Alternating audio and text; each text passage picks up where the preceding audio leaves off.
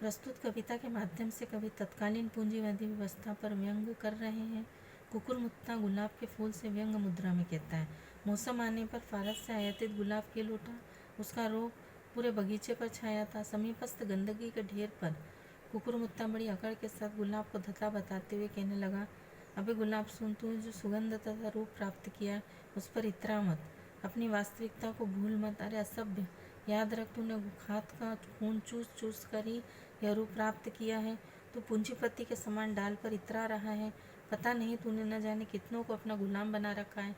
तेरी देखभाल के लिए कितने ही माली रखे छोड़े हैं, वे बेचारे तेरे लिए सर्दी गर्मी सब सहते हैं। तू सामान्य से भिन्न है, तुझे औरों से क्या मतलब।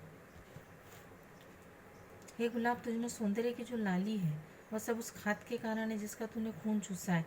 यदि यह खून तुझे नहीं मिलता तो तू भी कांटे की तरह रूखा सूखा ही होता।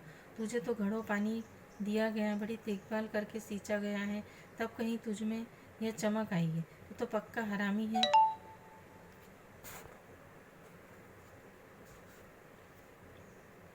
तेरे खानदान में मुफ्तखोरी की ही परंपरा है।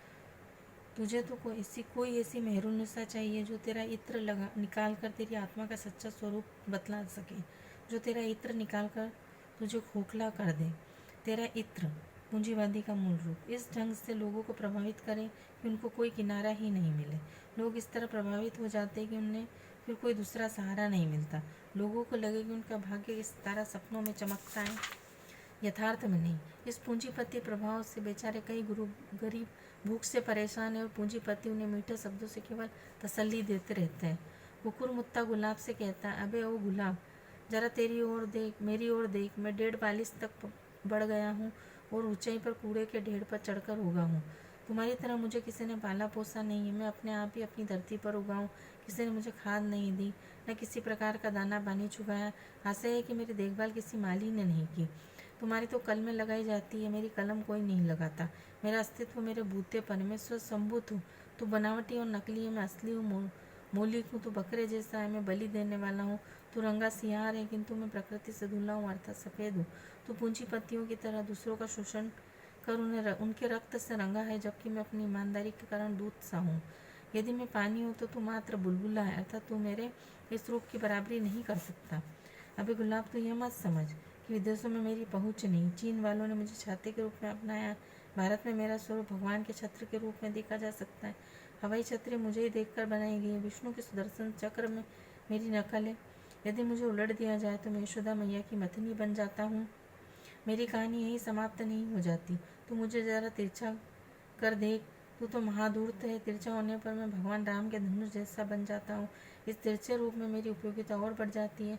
मैं बलराम का हल बन जाता हूँ। गोलाकार में मैं सुबह के सूर्य जैसा और शाम के चंद्रमा जैसा हूँ। मेरे कोमल शरीर में न हड्डियाँ हैं, न तेरी तरह कांटे हैं, न लकड़ी जैसी कठोरता है, न किसी प्रकार की गांठें। मैं तो रस से भरा हुआ हूँ। मेरे सफ़ेद रंग और रंगहीन स्वरूप पर तो जहन्नुम को भी रोना आता है। दुनिया में सब लोगों ने रस मुझी से प्राप्त किया है। मैं रस से ओतप्रोत हूँ।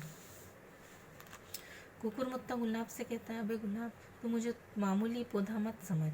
आदि कवि वाल्मीकि, महाभारत के रचयिता वेदव्यास, संस्कृत के महान साहित्यकार भास और कालिदास ने मुझे जैसे सामान्य व्यक्ति में रचना के लिए सूत्र खोजे थे। उर्दू के महान शायर हाफिज और विश्व प्रसिद्ध रविन्द्रनाथ टैगोर भी मेरे पास आकर ठिठक कर रह गए थे।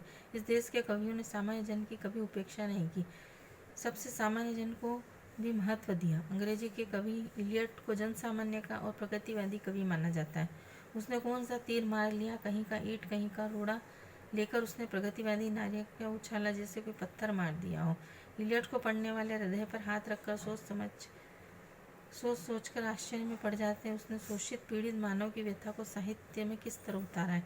हमारे यहाँ आदिकाल से मानवतावादी दृष्टिकोण रहा है। कुकुरमुत्ता गुलाब से कहता है, कुकुरमुत्ता कहता है कि उस जैसे अस्तित्व वाले जन सामान्य की जिंदगी को देखने के लिए पैनी नजर चाहिए। संध्या काल के धुंधके में उगा हुआ पहला सितारा देखने के लिए सूक्ष्म दृष्टि आवश्यक है। वैसे ही आम आदमी की जिंदगी को समझने के लिए बहुत गहरी समझ होनी चाहिए।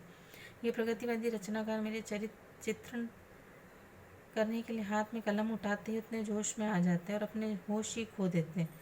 इनकी हालत तो यह है कि ये जोश की अस्त व्यस्त हालत में माँ को बुआ कहने लगते हैं। मूल सत्य की ओर दृष्टिपात नहीं करते हुए कहीं को ईंट कहीं कीट कहीं का रोड़ा जोड़कर कुछ तो भी लिखकर ये समझ लेते हैं कि इन्होंने प्रोग्रेसिव साहित्य की रचना की है।